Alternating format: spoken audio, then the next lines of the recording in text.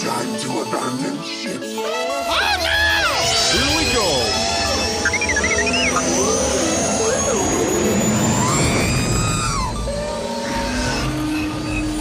Can I persuade you to join us for a drink? It's a tradition. Here, here. Jar Jar, homie, my main man, quickly. Before the Separatists attack, get into the escape pod. Hey! This is escape, then we're the pod.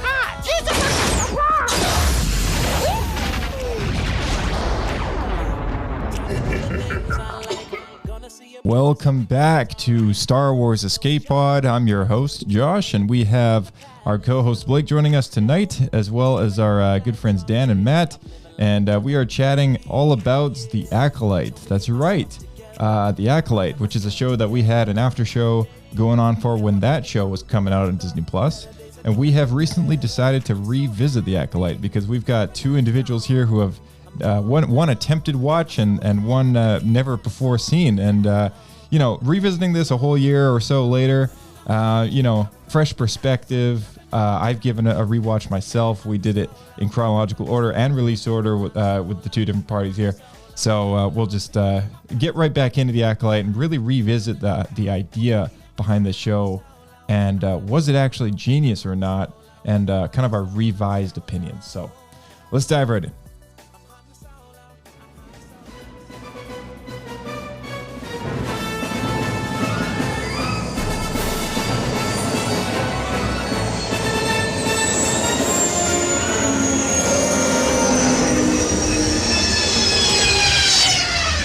Another happy landing.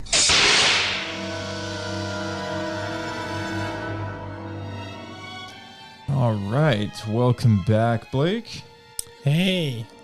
Chut chut. Chut chut. It's another adventure Yes. here on the podcast. Indeed. Revisiting The Acolyte, the show that takes place at the very end point of the High Republic before they fade into the days of the fall of the Republic. That's that is true. Successful at ruining characters from the High Republic books that people loved. Yeah. And teasing us with a bunch of stuff that we want at the end. That's right. And then cancel it. Yeah, exactly. That sums it up. There it is. We're done. All right, I guess we could roll the credits. Yeah, I guess. Yeah. All right. Yeah. No, okay. Welcome back, Dan. Hello, sir. Hello, hello. And also hopefully you don't mind me saying, but happy birthday to you. Oh, live on the air. Yeah. Thank you. I don't mind. We're celebrating Dan Life Day today. Celebrate Dan's life. I got my burgundy cloak. Sing the song. Yeah. Oh, man. Got my. To get to watch that sweet VR show that Grandpa Baca was watching too. Oh man, yeah, we got our burgundy robes on right now. We're holding some globes with Dan's face in it. We celebrate a day of peace, a day of harmony, a day of joy we all can share, together joyously. Yeah, I'm not gonna play the whole thing. You got to do this on everybody's birthday now. Yeah, we Every do. time. Oh Make it a man, tradition. yeah, we got to do it. If we ever record on a day that it is somebody's birthday. Coming through. You tried to play a voice clip there, but for some reason we're not getting it in. Oh, that's funny. Okay, I guess here, try it into the microphone. Into the microphone. Oh, you can play it again. I was just Try it thinking again. that, well, after playing Leia singing, Don't do that. Very nice. All right. Well, yeah. So welcome back. Also, welcome back, Matt. Thanks again for joining us and for Hey. always coming in with the soundboard. I love it. Yeah, Matt. Matt, this is your first time having watched The Acolyte ever, right? Yeah, ever. Right. I think Yeah. this is the first time and last. first and last. Okay. All right. I like it. So just off the bat, I mean, like everyone kind of revisit and we're thinking back to the Acolyte, so some people really loved it, right? But but I think the mass majority of fans out there were pretty divided on how they felt about that show. It was different than subverted all expectations, and maybe not in a good way, and not in the way that we would expect or wanted. And I don't speak for everyone on that, but we always try and give it our fair shot of rating here on the podcast, and we have a rating system which is pretty fun called Pablo Points of Poodoos. 3 Pablo Poodoos is the worst. Then moving up from there, you got 2 Pablo Poodoos, 1 Pablo Poodoo, and then a Bendu. A Bendu is a 50% score. Then you got Pablo Points. 1 Pablo Point is good, 2 Pablo Points is great, and 3 Pablo Points is the best of the best of the best. And sometimes we give the 0.5s in there as well. But I'll just read off the scores for all the different episodes from when we first went through this show. For those of you who may have followed us with the Acolyte after show that we had going on back then, might already be familiar with this. But I'm just going to read the team average. So we took the team average of all the individuals that gave ratings to each and every episode, and then it broke down to this. So the first episode received, and you're going to do that first, or we're going to talk about the episodes and then you want to share? No, I'll just kind of go through People aren't going to remember when we're talking about the episodes. Well, we're just kind of lump it together, but I just want you to all get a sense of kind of where we're coming from. I don't want any bias. All right, so the first episode had a 0.5. Yeah, you can just plug yours. Yeah, 0.5 Pablo points. So it was just north of a Bendu, barely. The second episode had a Bendu, so that was a 50% score. We had 1 Pablo Poodoo for the third episode. That's the first of the flashbacks. 1 Pablo point for episode 4. 1.5 Pablo points for episode 5. That's a big duel in the woods. 0.5 Pablo points for episode 6. 0.5 Poodoos for episode 7. That's the second of the flashback episodes. And then a Bendu for the final episode, which is kind of surprising, but I guess that one was just the conclusion to everything, and I guess it just wasn't what people were expecting. So that's probably why it just didn't do as well, despite the cool duel. But that's where we're coming from. In the corner. Yeah, but generally speaking, we got 1, 2, 3, 4 episodes that had Pablo points, 2 episodes that had a Bendu, and then 2 that had a Pablo Poodoo. So really, we're kind of good mix. Yeah, we're kind of leaning towards generally okay / some parts we liked, right? So we're not. If you put it all together, is it a passing grade? Yeah. So if you were to put it all 50. together, oh man, I don't know what the team average of the team average is, but somebody can help me figure that out. Season rating. Yeah. So the season rating, no idea. But I haven't even rated the last one yet. I don't even know. Did I rate? I know you got me to rate the first few, but I don't know if I've rated all of them. Yeah, I don't think so either. Yeah, but that's okay. We can fill that in later, and maybe it'll modify even the it, whole but team average. This is a biased take. Generally speaking, Matt, because this was your first time going all the way through the show, and you you did it in release order, right? So you started with episode 1, and then you went through to episode 8. Is that how you did it? Oh, yeah. Yeah. Well, actually, no. I did one. I did half of 1 because I was like, "Get out of here! I'm not doing this." And then I went. It advised me to do 3, so I did 3 and 7. Then I went back and just went in order. Oh, okay, got it. Okay. And then that helped you to get through 1. Yeah. Okay. All right. Cool. And again, the Star Wars fan, I'm going I'm trying to see the positive in everything. Yeah. And there's things that we're gonna like and dislike about the show, right? That kind of happens for everybody. But yeah. So generally speaking, though, how did you like it? Just as a whole. I think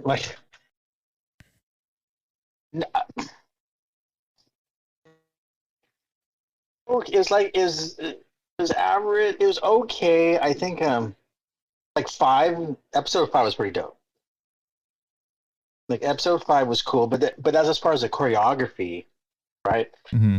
Story wise, it's just you guys had this ambitious, you guys were ambitious, but it was just kind of flawed in so many different executions. The editing kind of bothered me, a lot of production stuff. I kind of ran into the same issue. But it felt clunky.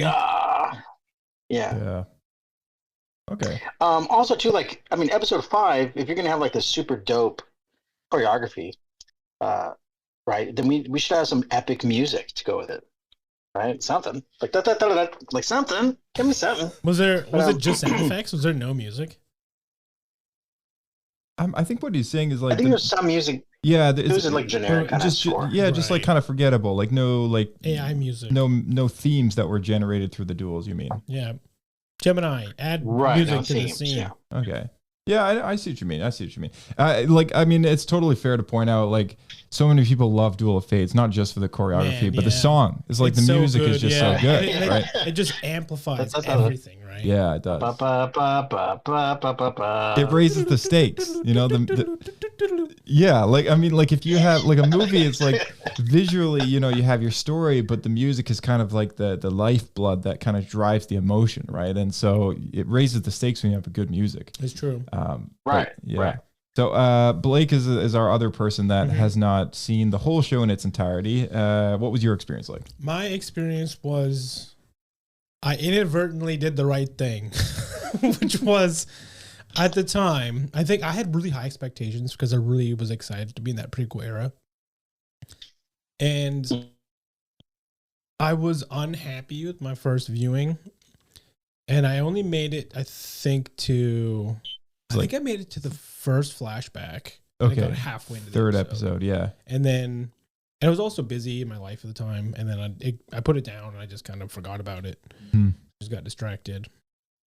And so, yeah, until just recently here, you and I watching it. And I've got to say props to you for suggesting watching it in the chronological order, which you just shared with Matt, who did it as well. That helped immensely. Yeah. And this time through, I actually enjoyed it quite a lot. And most of my issues were all technical issues, which had to do with how it was filmed. Yeah. I felt like especially coming off like Andor, this was rough. Like this felt like it might have been a student film at times. Okay. Yeah. But as far as the plot and kind of what they were trying to share and like the character development and everything, I actually really enjoyed that part. Okay. All right, cool. Dan, what do you remember about the Acolyte? Like, what did you find that you liked and disliked about it when you watched it? Like, I remember liking at the beginning how it was kind of like a murder mystery, but then that kind of like fell apart like pretty quickly, and then like I liked aspects of it. I was really excited about it being in the High Republic era, because like after playing Jedi Survivor, like not knowing much about the Jedi Republic, like the High Republic, I was excited to learn more about that time period, and I felt like this didn't give us enough of that era. Like it was just more like, okay, this just feels like more of the Jedi, and it was like it started getting better at the end once the mysterious guy showed up, blanking on his name, that everybody was excited for. Yeah, he's pretty cool. Okay. I wanted more of that, but like by the time he shows up, the show's over, and then like, oh, like they're teasing for season 2. That's never going to happen. Yeah. I agree with that. It was unfortunate that the show was very backloaded, and I do think the original plan, you can tell with the flashbacks, they're trying to do this like reveal thing, and I don't think it was executed very well, and instead it just felt like a slog. Like I almost feel like what they wanted to do was almost like a Westworld kind of reveal. Yeah. But it just slowed the whole thing down and made it confusing, and I felt like it just, anything that was building up that was enjoyable, it just killed momentum. Yeah. And then you the pacing for sure. So that's why the chronological order did help fix that. And I don't know if that was something they decided to do later in editing, but I personally don't think that was a good decision. I think that then led to a lot of people being unhappy with a product that they might not otherwise have been so scorned by. Well, and it's like the issues with the animated Clone Wars. Like you shouldn't have to watch shows out of order to enjoy it. Like Right. That's a good point. I had that same problem with that show, and I love Clone Wars. Yeah. But man. Yeah, there were so many episodes where like, oh, now this one is taking place before that one, and we're gonna launch with the movie that takes place halfway into the season. Yeah. So it can be very frustrating, but that was something. And then don't even get me started about releasing the movies 4, 5, 6, 1, 2, 3. Too late. That ship has sailed. That's a fair point. I guess it's typical. Yeah, Standard it's for Star Wars unfortunate. not being in order. Yeah. Yeah, I feel like it's something that they keep redoing, but maybe it's time to let it go. I think it is because like, you know, George never, like, by the time he finished like Star Wars before Empire even came out, like, you know, it was okay. It's decided this is episode 5 coming out that we're making, and you know, episode 4 got the subtitle under it. You know, not too Man, that long. probably confused so many people when that first happened. Like, did I miss? Yeah, Did I miss 3 movies? movies? yeah, especially because you didn't have the same media coverage back then, right? And No, and you just went to especially the theater and it just says episode 5. You're like, yeah, what? like with the pop culture and everything, it's like, yeah, I mean, and now it's a different story, but totally. And so but yeah, you're right. They do keep recreating that thing, even with the High Republic literature. Oh man, that was the worst decision of all. Yes. it's even worse in the literature format. I'm gonna. Oh yeah. So phase 1 No one will change and my 3 are chronologically, you know, one to the next chapter, but phase 2 is like a flashback, like kind of 100 years or 200 years before phase 1, and it's like, come on. But if you look, that's exactly the original trilogy, the prequels, and then the sequels. Yeah. Just repeated that format. Yeah, it's just repeated format, and it's the same with this show. Like, just like, so okay, confusing. let's do a flashback on the 3rd, and then another one on the 7th, and then wrap it up. It's like, oh, come on. Like, it's not artsy at this point. It's just kind of like. I will say also the saving grace with the movies is there was like at least a decade between each trilogy. Yeah. But these books were just one after another, rolling right into the next era. Man, that was so confusing. It was, yeah, because it's a lot to follow, right? Like, it's a lot of literature coming out in big chunks, and yeah, totally. So that was something like I was very, you know, I was a bit more positive about the show after watching it with you, you know, in chronological order, because that was my first time watching it again for, you know, in proper order of like 3, 7, and then 1, 2 onwards, right? But yeah, I mean, I would say generally speaking, I enjoyed watching it a second time through on that format than the first time, and just getting that whole Brendock business behind the main meat of the story is just kind of, it's just I don't know, something that drove me nuts when I was watching the show the first time was like, man, why can't they just, like, I don't care enough about that part of the plot that it's something I'm invested in. You know what I mean? Like, like the murder mystery thing is cool, but like the but like Dan said, like, it falls apart fairly quickly. And yeah, I you feel know, like they gave up on it pretty fast. and it's just like, It I wasn't don't know. executed. Yeah, it wasn't executed right. Yeah, like the backbone of that show is not that it is a murder mystery. It should have been the Virgins and the Force, is what it should have been. It should have been the Virgins of the Force. Yeah, and I love that. That's something I really loved about the show, is like they actually touched up on this whole thing being that there is a Virgins on Brendock. It somehow has something to do with these kids that are born. Something awful happens with this witch group, and you know, as a result, this Jedi decides to take measures into his own hands to make sure that this girl is provided for because he loves her, and he thinks that her sister's dead, and then it kind of backfires in his face much later, right? Like you know, it's all a very tragic story, and if you watch it, Soul's really cool. Soul's He's a great character. Yeah, So well. Yeah, the part was played so well, and something that blew my mind is you told me that he doesn't know English.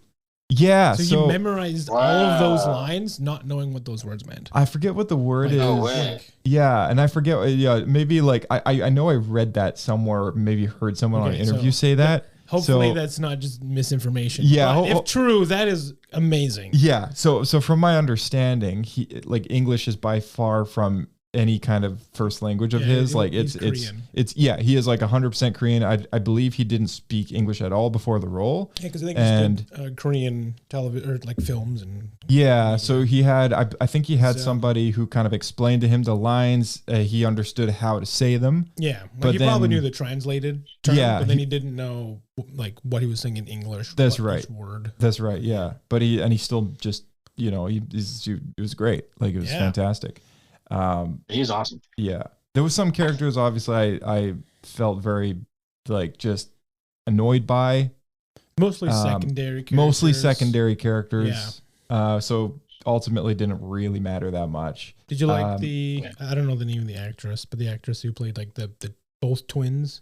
Yeah, and like I I think thought she did a good job. the first time I watched the show, I was a little just I don't know, like I wasn't too sure about like the direction that they gave the kids, the kid actors. Right, even the flashbacks. Yeah, because especially some of the dialogue or just the way it played out, I was like, I don't know, I'm not really feeling this. But then, like, kid actors can be, it can be tricky, right? Because you only have them so many hours of the day, and like, you know, I I have a get lot of it. experience with kids. Yeah, exactly. Are with the you an kids, right? angel? Hey, that's an A-list child actor. He was in Jingle All the Way. That's right. But yeah, I thought Osha and May were played perfectly by Amanda Stenberg. I don't know if you actually pronounced that all or not, but yeah, she was did a great. very good job. I honestly, especially trying to play two characters that then interact with each other. It's supposed to be almost like two sides of the coin. Mm-hmm. To try to portray those differently. Yep. To Yeah. feel like two different people.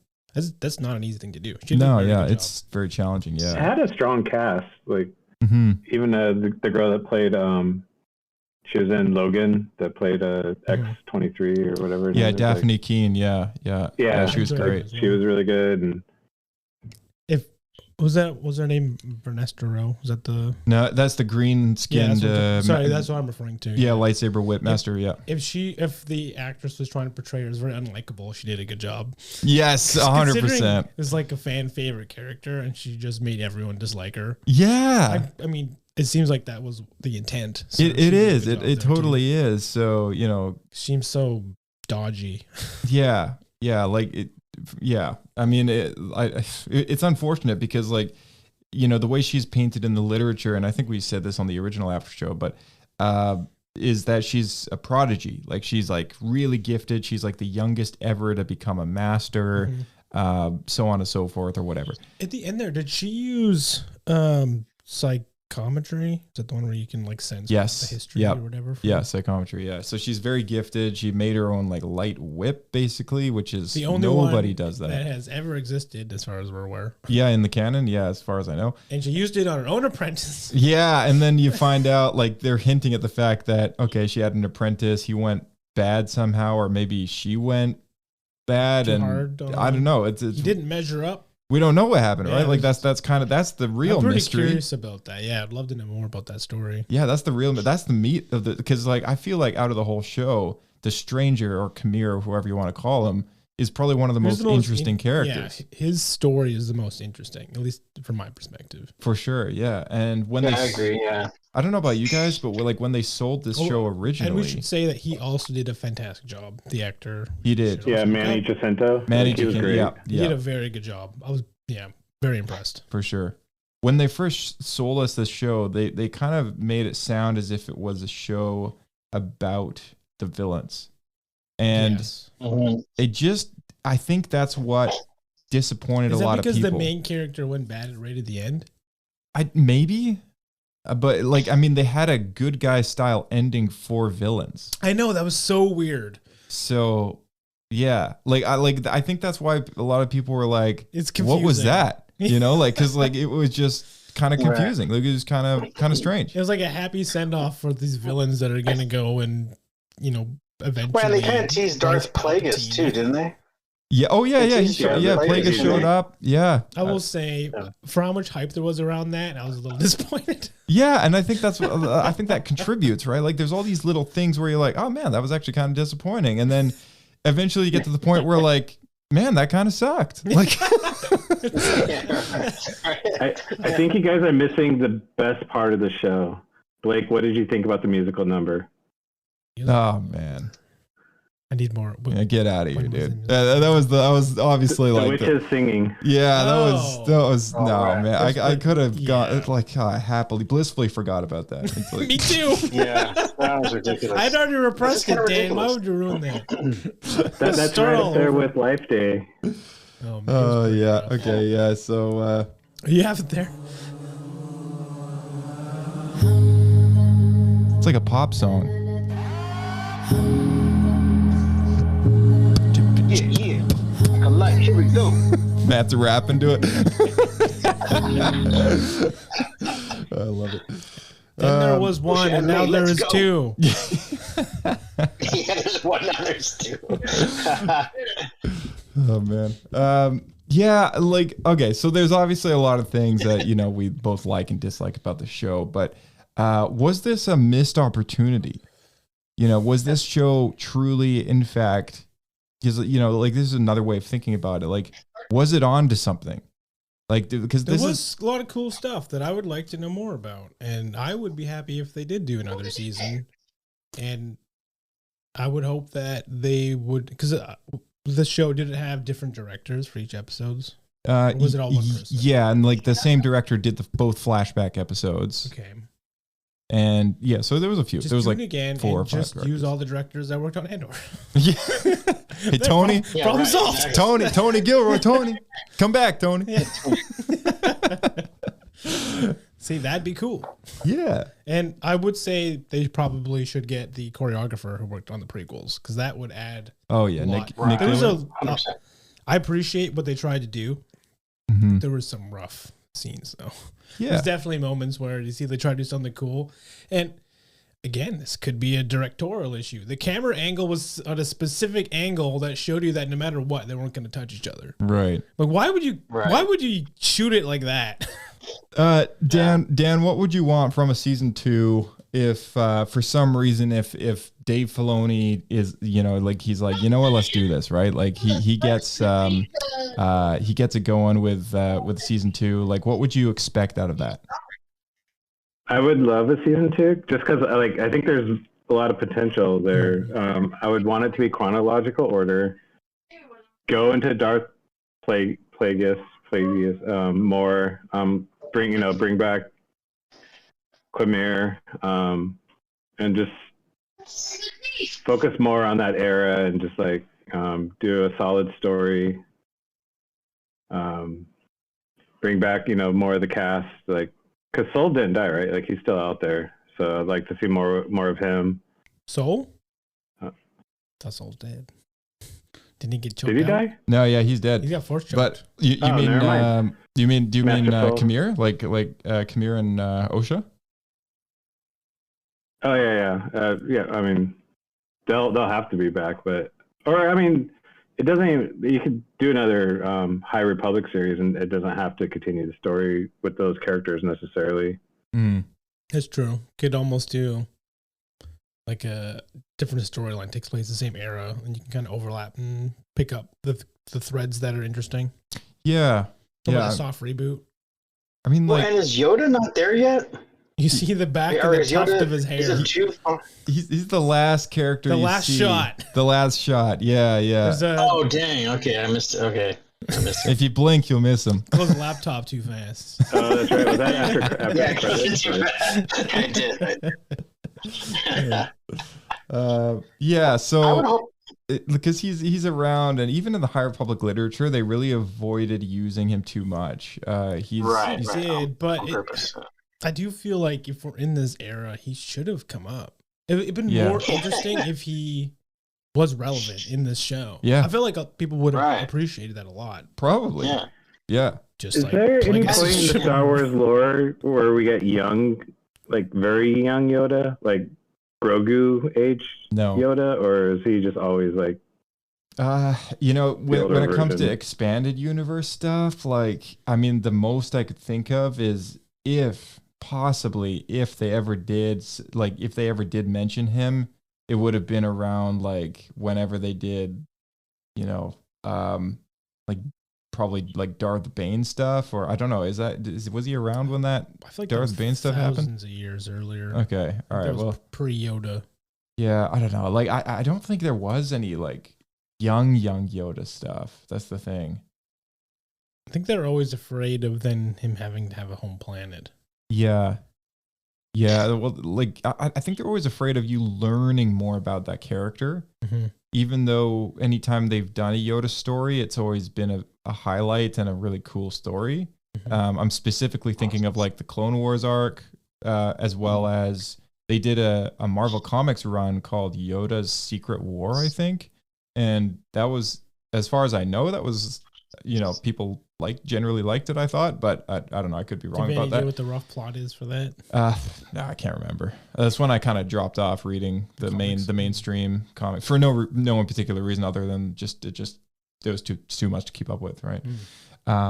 But yeah, I mean, he's a mysterious character, and people like to keep him mysterious, and I wouldn't mind seeing more of him, to be honest. Like, I would love it if he was one of the more main characters that they focused on in the show, but I guess that, the plot just didn't really concern him, right? Kind of like Plagueis. It's like, yeah, that's true. It's like, oh, this is cool. Like, we're in the time period of which maybe Plagueis is around.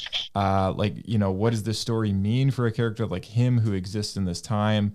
All they did was confirm he was there, and then that was it, right? I think, it was a missed opportunity in a few ways, but also, was it really something interesting in a few other ways? Because in the Plagueis novel that we recently reread again, just last year, I think it was, there is a bit of a time jumping story element to the novel, because I was just thinking if this would decanonize the book. I don't think it necessarily would, because I've thought a lot about that, and I feel like in the book itself, it takes place over a large amount of time. Yeah, because I know he kills his master, and then there's a long gap between that and when he gets his apprentice, which is Palpatine. Yeah, so I feel like if they wanted to, those events of him killing his master, Tenebris, could have happened already, and what we see on the planet that they're on, which goes unnamed, but it's I'm blanking on the name now, but it's mentioned in the books where they find all the Cortosis. That's where he kills Tenebris, right? But that could be, maybe he's been watching Khmer. Now that it's been confirmed through you don't think that he's been training him anyway? No, I don't think he has. I think the Acolyte is because the art book also confirmed later when it came out that Khmer, the stranger, is in fact the first ever Knight of Ren. Yeah. He's where the Knights of Ren become a thing that kind of sideline this narrative around the Jedi versus the Sith. And meanwhile, I guess they're trying to give you the idea that this is where it began for the Knights of Ren with Khmer. It's so I think... Are we under assault? What's happening? We're being attacked. Spoilers. Yeah, thank you, spoilers. I think the narrative of the Knights of Ren, it's a story that hardly goes it doesn't really go touched at all until you get to that Kylo Ren comic book, and then of course the very itty bitty pieces of lore that they gave around that's the sequel period. Yeah, just the name drop and then kind of nothing until the third movie. Yeah, but they set it up in the Kylo Ren comic really well of oh, this is this thing that's been going on for a while. There's this cult following around this leader of this group called the Knights of Ren, and if anyone kills this guy, they're the new leader of the Knights of Ren, right? I just want to know who trained the stranger then, if not Plagueis. Well, I think that's why they're alluding to the fact that throughout the show, that Vernestra Rwoh, the reason why she covers up the murder of all the Jedi and blames Sol, who is in fact now dead, pins all the murders on him. He's basically the lamb to slaughter. He basically becomes what Batman becomes in the third Dark Knight movie, but not because he chose to, because somebody decided to use him as an excuse, so that they could close the loop and not admit the fact that her old apprentice is in fact alive and running around out there. Which is exactly what that guy... Which is exactly what the guy is. trying to interrogate the Jedis after. Yeah, exactly, right? So, his whole point was hey, this is a power that we haven't checked into. We need to investigate the Jedi. What if they turn against us, right? They're so powerful. What if one of them goes bad? What damage could they do? Yeah, so she blames Sol, covers it all up, and that's the conclusion of that story. But meanwhile, he's still out there, and he finally gets his acolyte, his apprentice, and meanwhile Plagueis is in the shadows witnessing this event. And and I think Khmer is even though he says to Sol when he asks what are you, he says some Jedi, you might call me Sith, right? He's just it's a term he's familiar with because he was once a Jedi, but there is no way that he is a Sith. I don't know. He was pretty powerful. He took on all of those group of Jedi in the 5th episode. Yeah, he is. Admittedly, did give me flashbacks to the throne room duel from Revenge of the Sith, which is pretty rough. Yeah. I mean, like it's also possible that that maybe he is in cahoots with Plagueis, and they just wrote it in a way that it. I find it hard to believe that he would have trained himself to be that powerful by himself. Well, he could have been a very powerful Padawan too, and then something obviously happened because he's got that big scar on his back, and then Who trained him to corrupt a crystal? Well, I mean, no one trained Osha to corrupt a crystal. I think because that kind of thing just happens when the crystal's exposed while you're really angry. Like maybe. I don't know, but that's true. That's a good. Doesn't happen more often to Jedi by accident. Yeah, you do have a few. I mean, it is very possible that maybe he isn't cahoots. Yeah. It's just I wish that if that was the case, sandwich is too dry. And the other thing is, it is highly suspicious that his ship that he rides around in is like the prototype to Darth Maul's Sith infiltrator. Yeah.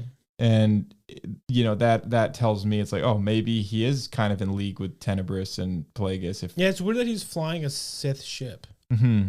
If not related at all. What you pointed out was funny because they had that cloud car dual cockpit situation. Yeah, like rule of two. Yeah, Master and Apprentice. But it gets me thinking though that there's so much time between the whole. Rule of two initiated thing. The High Republic literature really skips over the Sith of being a part of that story entirely almost. Well, if it is Plagueis, it's interesting because he didn't abide by that by the time he was around Palpatine, because Palpatine was his apprentice, but then he allowed Palpatine to have an apprentice, which was, he labeled a Sith as assassin. Yeah. Which isn't technically an apprentice. Right. Which to me, then if there was already this group of three in the time of Phantom Menace, then you can kind of see this is like the proto version of that right now, with the Stranger and now Osha. Yeah, that's very possible. So I mean, it could work, right? Like it could still fit, and I don't know. I think maybe if they had it set up as a 3-part season show, where the second season would now introduce Plagueis as this kind of shadow figure that you see every 2 or 3 episodes, and then you get more into Kamir being a main character, Osha being his assassin, his acolyte that does things on his behalf. But then I think we're taking away too much from the Plagueis story of what's possible there, because it's such a cool narrative in the book, and it's like I can't imagine there being too much galactic impact on, too many events happening, because I don't know, man. I don't know, Matt. What do you think of Plagueis? I guess being a headliner. Yeah.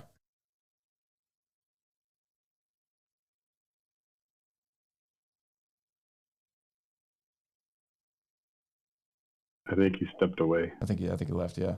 I don't know. What do you think about that, Dan? Like Plagueis. Doesn't like you. I thought it was a cool tease. Obviously it'd be cool to see more of them, but if they're, really planning on developing them more in season 2, it was fine as a way to get people excited about the next season. But, in hindsight, now knowing that we're not going to get a second season, it's a little sad that he was used so little. I agree with that. Do you think there's something just secretly good or an underlying really great thing about the Acolyte that I guess a lot of people might overlook because of how many disappointments there were, or how many things happened that maybe people didn't like? Is there something that's kind of goes unnoticed, I guess, or untalked about that you really liked? Nothing that comes to mind offhand. So would you call this show secretly genius? No.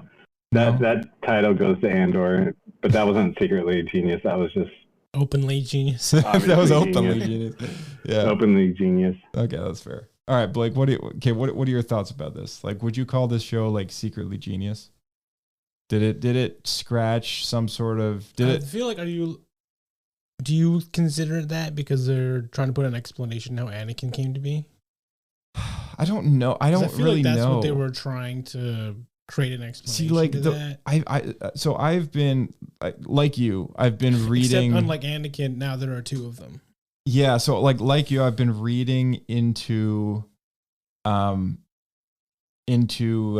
this book called Master of Evil by Adam Christopher.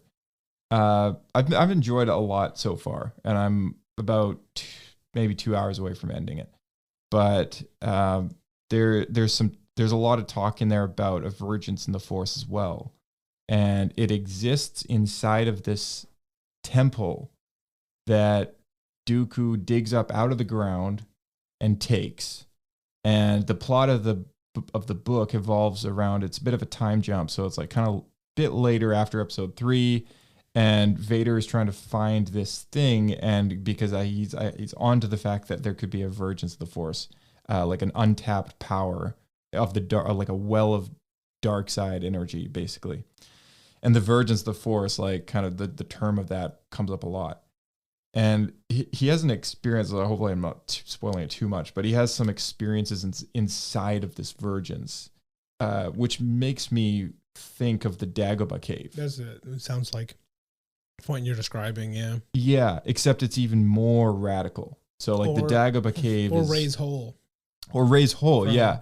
Yeah, except the difference planet is. The difference being those places didn't harm the people who went into them. Whereas like this place is like, it's so saturated with the dark side that it can actually like create these entities that do in fact cause damage to Vader when they get a hit on him, type thing, like right? Physical people. Wow. It can create these physical like attackers, right? And I'll get more into that when we like talk about the book. But I guess what I'm trying to say is like perhaps what Soul is saying about the vergence on Brendok and the connection to May and Osha, who have nothing to do with Anakin Skywalker. Perhaps they're a product of somebody being their mother tapping into the power or the potential of this vergence in the Force. So I'm not saying that the witches or Osha or May have any direct connection to Anakin Skywalker, but what if Plagueis has gotten wind of this vergence? I think that's why they did because in the book, the Easter egg of his reveal. Yeah, and like they do have a shot of Kamir like looking over, like very briefly, ever so subtly, like when Soul is like explaining about the vergence and like how she and her sister are not actually sisters, that they're one and the same person, because one was duplicated essentially, like artificial or through the Force, like split or whatever. But yeah, like it got me thinking though. I was like, man, this is actually like kind of interesting, because in the book when they talked about Plagueis and was it Tenebrous or was it Sidious? I think it was Palpatine, right? Like doing some weird stuff, and then the next thing they know, Anakin's born 12 years later, right? Like I think that was Sidious, right? 12 years. Yeah, or 11 years later. They do some weird dark magic stuff, and then Anakin is like born. I thought it was closer from when they do the shenanigans to when he's born, but that's what I mean. Plagueis and that's what I mean. But they Palpatine discovered together. they only discover when Qui-Gon finds him 11 or 12 years later that lines up. Right. Yeah. Yeah. Okay. So what I'm saying is like Shmi was not pregnant for 12. No. what I'm saying is like, what if the location of where they did their little dark side shenanigans thing is actually in fact on Brendok, within the canonicity of where they were headed with that story, which right? would be pretty neat. And I feel like that's, especially with the Plagueis drop, like I feel like that's kind of where they were heading. Yeah. Where like they're putting the puzzle pieces down to be assembled later. Yeah. So yeah, I do agree with that. I do feel like that's where it's going. So I feel like there's some kind of secretly genius idea happening behind the scenes here, but the show itself just skimmed so thin over the surface of what that story could have been. It focused on too many distractions. Yeah. It almost like it didn't utilize the time that it was given and the budget that it was given as wisely, I think, as it could have. But it was, I think, in my opinion, there was a lot of really cool stuff, untapped stuff that it could have gone into a lot further. Equivalent of just throwing out a random term mentioning the Clone Wars. Yeah, and at first I was really kind of like, not disturbed, but like just like, I guess, conflicted about the whole like Virgins and like, like born from nothing type ideas. Like, okay, well, hold on a second. Like, I don't want you guys to touch that, because like that's pretty dangerous territory with the lore and stuff, right? But I don't know. Maybe it was actually secretly genius. But now we'll never know. We're gonna have to. And it's possible that was. Yeah. That might have been part of the pitch originally too, and part of the original outline. Like that's where they're headed, and then they wrote all this other stuff on top of it. Yeah. And I do feel like it must have been a really important story point, because as you pointed out while we're watching it, every time Soul tries to talk about it, he gets interrupted until the very end where he finally says it, and he's immediately killed. Yeah. Yeah. You see, that was something that, like, I guess also, when you're watching one episode a week and then you get 2 waste of time flashbacks episodes, and then finally Soul gets to tell a story, and then he instantly gets killed off. Yeah. You're just like, come on, like, really? And, there's just a lot of like more disappointment there, but I almost wonder if they tried to do too many reveals. I think so. I think it was trying to pack in too many things that we just didn't care about. But there was also a lot of stuff we did care about that was really cool that I wish they spent more time doing. Yeah, agreed. So anyway, generally speaking, Dan, like, how would you ever watch the show again? In chronological order? Yeah, if you were to watch like episode 3 and 7, Dan, like, would you give it another go? I'd give it another go. Like, it's still Star Wars. It's still a lot better than a lot of the other sci-fi that's out there. Like, even the worst Star Wars, it still has things that are enjoyable. That's true. Really nice way to look at it. Yeah. All right, Matt. How would you? Because this is your first time like watching this show. Like, how would you say that you, looking back now, like, what would you say about it? Just to sum it up. Or just some. I think it's ambitious and they meant well, and there's some cool stuff in there, and maybe there's some hit and misses, and it was more like an execution. It wasn't so much in. They had some really good ideas there, and I just wish I would love to have seen it taken more serious, like almost like on the Andor level, to see it. Jedis of that time of the High Republic in like a cinematic, like Andor kind of style would have been just amazing. That would be very cool. Yeah. And they're continuing with all the other stuff, as we get into the Sith and Darth Plagueis and all that stuff, and maybe even see a baby Palpatine and some Yoda and some Yodel. But overall, I think it's like it's like average. It's like okay, it's okay, and I agree. Like, it's even the worst Star Wars show is still still decent and still. Would you like something you can have on the background while you're working on stuff? In the background. Would you like to see more of this show if it was approached from a different angle? Maybe more experienced people at the helm. Yes, absolutely. All right. 100%. Okay. 100%. All right. What about you, Blake? Bring it home. Yeah, I would definitely love to see more. As we talked about, there's a lot of really cool story points that I felt like didn't get enough focus, and I really want to know more about them, where they're going to go. Mm-hmm. Very disappointing. And I really feel like it was just a comedy of technical errors that really held this show back. Yeah. Especially taking the time to have a break and come back and give it another go. It really, I think, helped me see the issues of where they were, and that they were really technical problems as opposed to the story they were trying to tell. Mm-hmm. And all that can be fixed by just hiring the right people. Yeah. Yeah, for sure. Right, yeah. 100%. Yeah, I'd agree with that as well.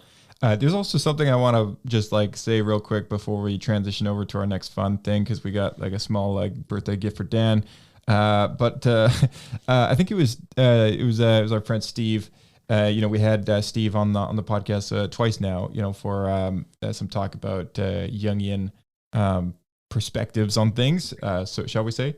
And I might be paraphrasing here, but he said something one time, and I forget if it was during a seminar that he had or if it was actually on record with us, but something about how, like, you know, the stories that they develop, the stories that come out, whether you like it or dislike it, this is now part of a continuity that we can choose how we want to look at that piece of the puzzle, right? And like, how are you going? Okay, this is now the story. You know, how are you going to decipher that? Like, how are you going to look at it?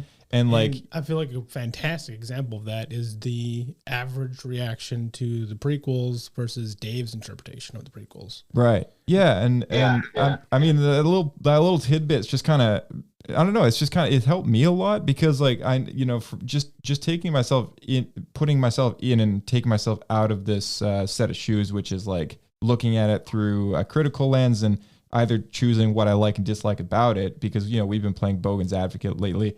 And it's also just kind of reminded me, like, okay, yeah, like there's so many different ways you can look at something. Like you can look at something with, this is how I like this thing. This is how I dislike this thing. This is how this thing is dislikable, but still fits into this story better than how I would like it, or something like that, right? There's so many ways to, you know, take a perspective on it. And I think whatever story they were, you know, going off trying to tell with this first season of the show, I don't know how they would have gone about a second season, but I think a second season would have had a lot of potential, because I think, at least the way that I look at it is okay, maybe I wasn't a fan of this show generally, you know, it's certainly not my favorite, but there's a lot of things I do like about it. And there's a lot of things that could very well fit into what we really like, which is this story about Darth Plagueis. You can definitely see there's like some seeds. Yeah. There's some really cool stuff. They just didn't have time to sprout. Yeah. I mean, it's a show that takes place in the time period of the Jedi, the High Republic, the prequel time. You see the Sith Lords, you see corruption in the Senate. Like someone as skilled and so much potential. Yeah. Vernestra Rwoh. You see that she's corrupted by politics. You see the Trade Federation pop up in there. Like, there's so many cool things that came up in the show, and that I'm really happy about. And you know what's interesting about that is that's what pretty much how they pitched it. Like at Star Wars Celebration 22 in Anaheim. That's pretty much like, yeah, the show's like, it's about, you know, it's about Plagueis. It's about the Sith. Knights of Ren, and that's kind of like how they pitched it then. It was like, oh snap, okay, that seems like something cool to pursue. That's certainly could feed into the pushback that was about when it came out. Right, maybe we were just kind of initially pitched a different idea than what it ended up being in the end, right? And exactly. So when you order a turkey sandwich, you get a ham sandwich. Like, it's still good, but it's not what you ordered. Right. Right, that's true. Also, I must say, too, with the High Republic, I was also at the panel of the writers because I was so excited for these new books. And I was at the panel where they talked to all of the writers of High Republic. And all of them were like, I never even seen Star Wars before, and that kind of thing. And that's I was a like, red flag. Yeah, am I in the right room? Am I in the right convention? Dang, man.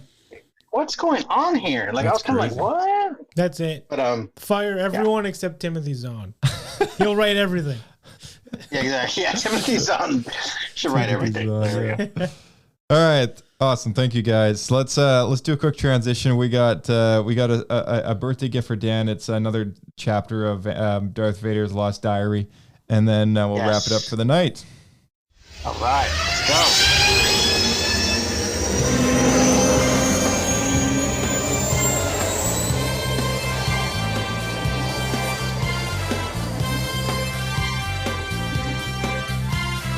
Star Wars Escape Pod is the Republic's choice of podcast anywhere in the galaxy. Leave a stellar review and tune in each week for more. All right, Dan, Matt, Blake had a great suggestion for the next chapter of. I didn't say anything. We just found this in the diary that we acquired. Never mind. Scratch that. Scratch that. We don't generate these at all. This is real stuff. This is a real book that we found in the real galaxy of Star Wars that we live in. This is canon. That's right. Canon. That's right. So This one is called The Birthday of the Chosen One. The setting, a dimly lit, somewhat depressing common room in the Jedi Temple. A single drooping banner reads, "Rejoice in the Force." There is a plate of dry crackers and a jug of lukewarm blue milk. And Anakin is slumped in a chair, staring at his comlink. Obi-Wan is wearing a festive but beige party hat. Anakin, voice dripping with melodrama. "She's not coming. The Senate session ended 3 hours ago, Obi-Wan. I checked the landing logs. Her ship is docked. She's probably busy reading a bill about trade route taxation on my birthday." Anakin, she is a senator. The galaxy doesn't stop spinning just because you've managed to survive another year without blowing up a starship. And it's a day of reflection, a day to celebrate your progress from a whiny youngling to a slightly taller, more temperamental Jedi Knight. It's not just another year, Master. It's my birthday. I had a vision that that she'd at least bring some of those Nabooian honey cakes. And instead, I'm sitting here with you and a plate of crackers that taste like recycled droid parts. I don't see why you're so fixated on Senator Amidala's absence. You're being quite ungrateful. You have guests, important guests. Anakin points towards the corner. You mean him? Grumpy? The birthday boy is, A year older he is. Wiser he is not. More crackers I require. Exactly. Master Yoda himself took time out of his busy schedule of hitting people with his cane and speaking in riddles to come sit down in this damp room with us. That is a gift, Anakin. Who needs a senator when you have an 800-year-old green wrinkled wisdom right here in the room? It's not the same. Yoda spent the last 20 minutes telling me that age is a shadow that follows the sun. And he tried to blow out the candles with the Force push. And he knocked over the milk. He's not Padme. Obi-Wan, and he doesn't. He doesn't smell like wild flowers. No. He smells like a damp bog. An ancient parchment. It's an acquired scent, Anakin. It's the scent of the Order. Besides, look at the bright side. Yoda won't try to discuss political reform when you're trying to open your presents. Anakin looks at a small wrapped box on the table. What is this anyway? Is this from you? Ah, well, it's a joint gift. From myself and Master Yoda. Go on, open it. It's a rock. A rock it is not. From the gardens of the first temple it comes. Heavy it is. Throw it at the droids you can. Or meditate on its stillness you should. You gave me a rock. Padme would have given me a new cloak? Or a kiss? Or a cloak that I could wear while she kissed me? Anakin, control your impulses. A kiss is a fleeting biological exchange. A rock is eternal. That rock will be there long after your feelings have faded. It's the perfect birthday present for a Jedi who needs to learn to settle down. I'm going to my room, and I'm going to sit in the dark and wait for a transmission that's never coming. Don't forget to hydrate, Anakin. The rock needs a dry environment. The cake? Bring out the cake, we should. He didn't even notice I got chosen one icing on the crackers, Master. Let's just eat it ourselves. Well, there you go. Wow. Yeah. That's quite the entry. That was the best birthday present. Well done. I must say the ending makes no sense. chosen one icing on crackers. Chosen one icing. It makes no sense. I can't believe Padme blew him off. Sounds like such a lively birthday party. Yeah, I thought the gift was going to be a box of sand, but could have been good. I think he would have turned into a Sith Lord right there on the spot if he opened some sand. Give him a hammer, he could turn that rock into sand. Yeah, exactly. Well, I mean, just before we wrap up, just like on a random note, Dan, what's your favorite Star Wars birthday present that you've ever received? Ooh, good question. Oh, birthday present. I know Christmas was like, I don't have a birthday one, but Christmas, my grandfather made me a handmade Hoth battle playset that he built out of styrofoam. Like he made like a Rebel base that was like out of styrofoam, so it looked like snow and ice, and That's like cool. it had like all these different trappings for that.